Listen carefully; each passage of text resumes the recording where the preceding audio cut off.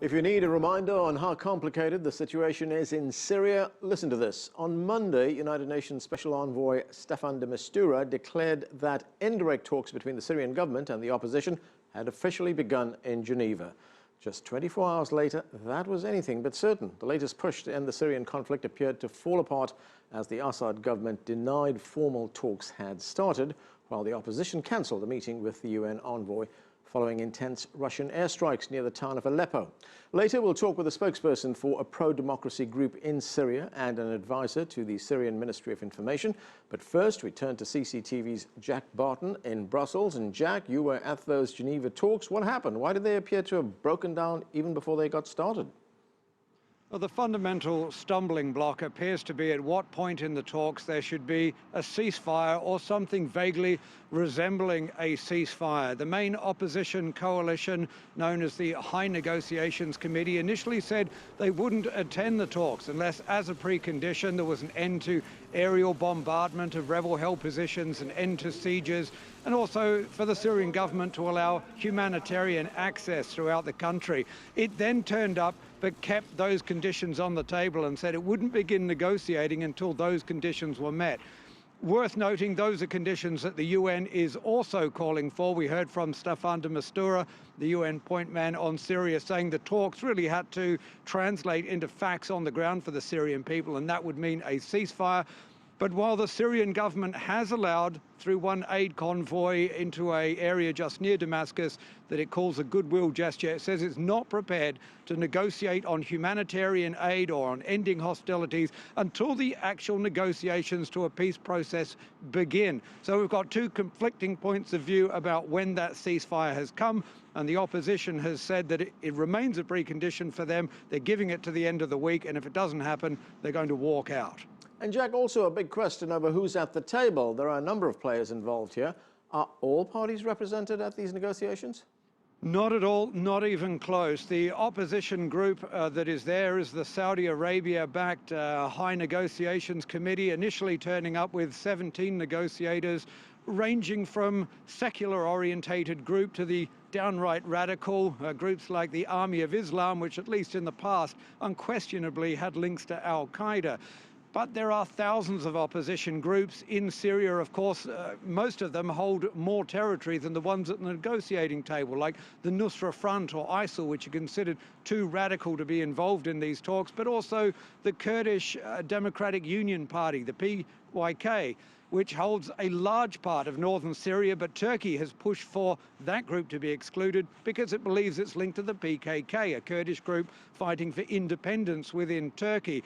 On top of that, the Syrian government has a variety of militias fighting along its side, including Hezbollah from Lebanon, not to mention Russia, which is also defending its warm water naval port in the Mediterranean. So with all of these divides, the Sunni Shia divide, the secular Islamist divide, which is on both sides, including having all these regional and global players in the mix, even if you had just the government and one opposition group, that would still be no guarantee of a peace agreement. But with this multitude in the mix, or wanting to be in the mix in many cases, it's just made it so much more complex. Okay, Jack, thanks. That's CCTV's Jack Barton reporting.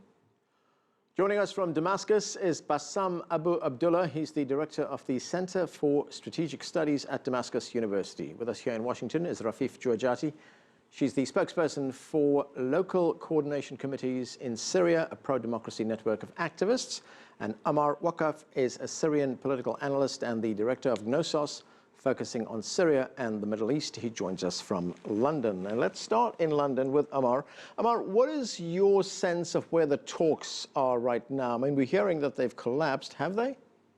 Well, we're not hearing that there is a bit of so much dramatic collapse, but as Staffan de Mistura, the UN envoy, said, there would be a lot of postering and what have you. We understand that he went to the hotel of the opposition delegation to meet them there after they refused to go to the UN headquarters.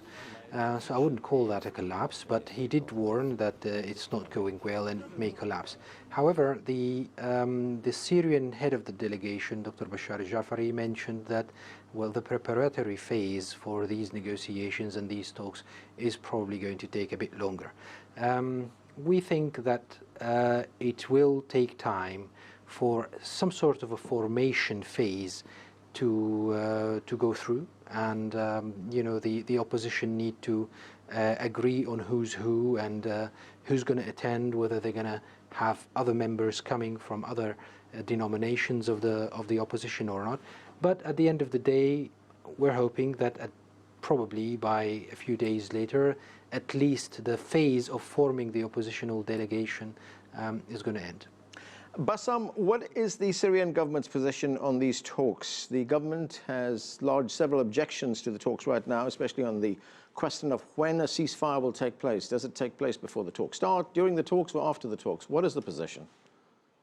There is no precondition for the Syrian government delegation. The Syrian government delegation, I think the chief of this delegation, Dr. Bashar Jafari, mentioned that we still, until now, have no names with whom we will negotiate and with whom we will have indirect talks. Until now, there is 3 delegations in Geneva. The first delegation representing Riyadh conference. The second one is a secular democratic delegation. The third one from inside Syria as opposition. So we are in front of mixed opposition. We don't know with whom we should deal. The other important thing that there is no precondition, and that it was Mr. De Mistura explained that if we want to have indirect talks, so we should put all files on the table and to start step by step. But until now, the Syrian delegation don't feel that there is serious will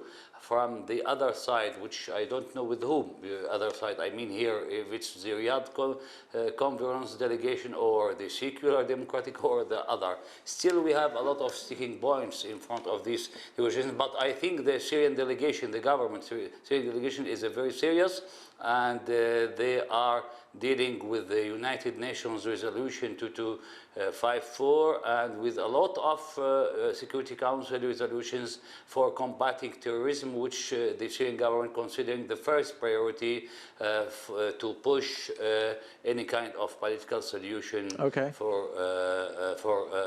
solve the Syrian problem. Right. Besides that, I want to mention one very, very fast point, that there is a involvement from engagement from a regional players like Turkey, Saudi Arabia, sometimes Britain. We don't know that if we are in front of a real delegation, opposition delegation, or in front of a different interest of regional and international players. Rafif, is that your understanding as well, that no sides have put down any preconditions here, that everything's on the table? Well, just hearing from Dr. Abu Abdullah, I've already heard some preconditions. He said that he doesn't know who the opposition is, although it has been declared for some time. I would say a major sticking point is that we are in Geneva to discuss a resolution to the Syrian crisis, which has resulted in more than 300,000 deaths, which has resulted in more than half the population being displaced. And we are still talking about, we are begging for the regime and its Russian allies to stop the bombardment and to lift the starvation sieges. I would say that that is not a precondition, but a moral obligation. What do we know about the humanitarian situation right now? I mean, it's been getting steadily worse as the months go by. It's been getting increasingly worse. To call this now the worst humanitarian disaster since World War II is an understatement. We have more than half of the original population that is now either refugeed abroad or displaced internally. We have up to 400,000 people who are starving to death. We have a United Nations that is incapable of delivering aid to besieged areas because the Assad regime prohibits 9 out of 10 convoys from entering those areas. So this is a situation that is now, I think, a full-fledged genocide. Ammar, as we've been hearing, this tragedy continues. It's a huge humanitarian catastrophe. Now, since the start of the Syrian conflict, there's been something like 250,000 people who've died. More than half of Syria's population have fled their homes. Do you see a political solution to this crisis that would leave Bashar al-Assad in power, or does he have to go?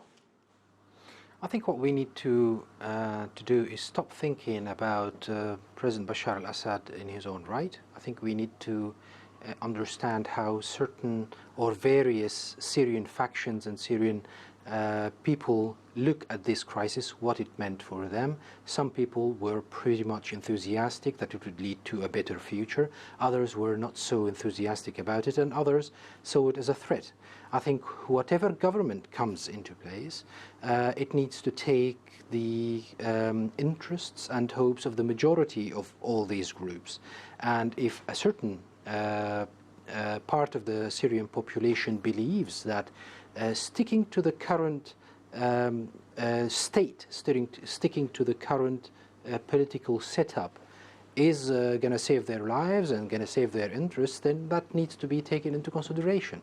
Now, I think what the latest thinking now is, and this may be the understanding between the big players, the Russians and the Americans, is that the end game would be a political system whereby people can advocate their own ideas, they would feel free, this would be guaranteed, and then they would go into elections, and in those elections anyone can actually present their candidacy and come forward, including President Assad.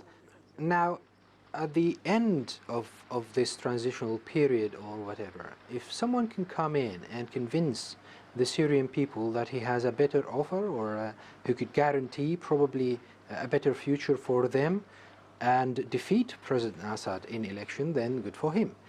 If not, and certain Syrian people perhaps think already that a lot of intervention from the likes of Saudi Arabia, from the likes of Turkey, a lot of policy of destabilizing the entire region from the likes of Europe and the United States is the major reason, it is the main reason why they are suffering so much, then President Assad probably could stay. But at the end of the day, Syrian people need to have all the choices in front of them in order to decide the best decision, make the best decision for them and for their children. Bassam, the Syrian government launched an offensive, a major offensive in rebel-held areas around Aleppo, and these attacks were backed by Russian airstrikes. What does this tell us about the government's intent to negotiate a solution in good faith? We should differ between two important things. I am here not representing, I am not speaking on behalf of the government, but I want to mention different points.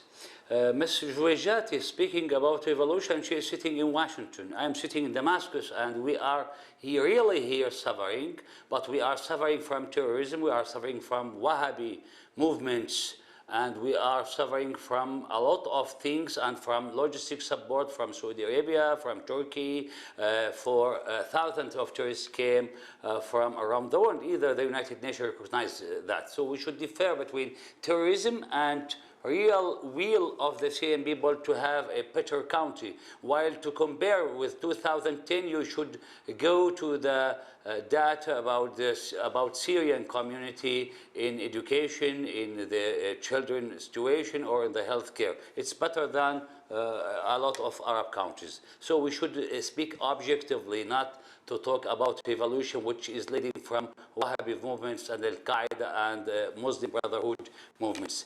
We are supporting the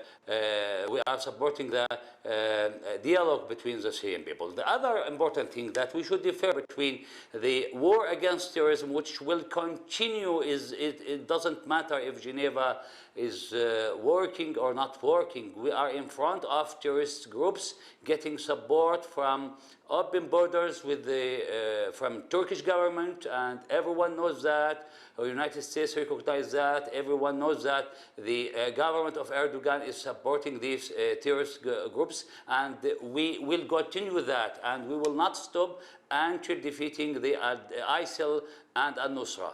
If we will speak about other groups, I think the international community still, there is no fixed list for where is the terrorist groups and where is not terrorists. Until now, we will continue fighting against all kind of groups who are getting support from outside because they are not revolutionary. The revolution it doesn't mean that we should destroy whole Syria for this dirty revolution. I think that we have the right to have better future, but not through Saudi Arabia and Qatar and Turkey or through the Wahhabism. Okay, Rafif, aren't we hearing the crux of the problem here, that the Syrian government regards this as a war on terrorism, not a fight for democracy? Actually, no, we're not hearing the crux of the problem. What we're hearing is from a person who enjoys the protection of the Syrian regime in Damascus. I would defy your guests to travel in Homs, in Hama, in Deir ez-Zor, in Idlib, in Raqqa. I would defy them to step out of their comfort zones and then tell me about what the Syrian people want. No, the crux of the problem is that we have a dictatorship that has been in place for nearly 50 years, and the people have had enough. The crux of the problem now has shifted, and we are under Russian occupation. This is part of the crux of the problem. I heard a lot of disjointed statements about terrorism and Wahhabis, and there was almost an accusation that I represent Al-Qaeda or some of these Islamist terrorists. Absolutely not. I represent civil society. I represent the part of Syria that has come out genuinely for freedom and dignity and democracy and an end to the tyranny and corruption of the Assad regime.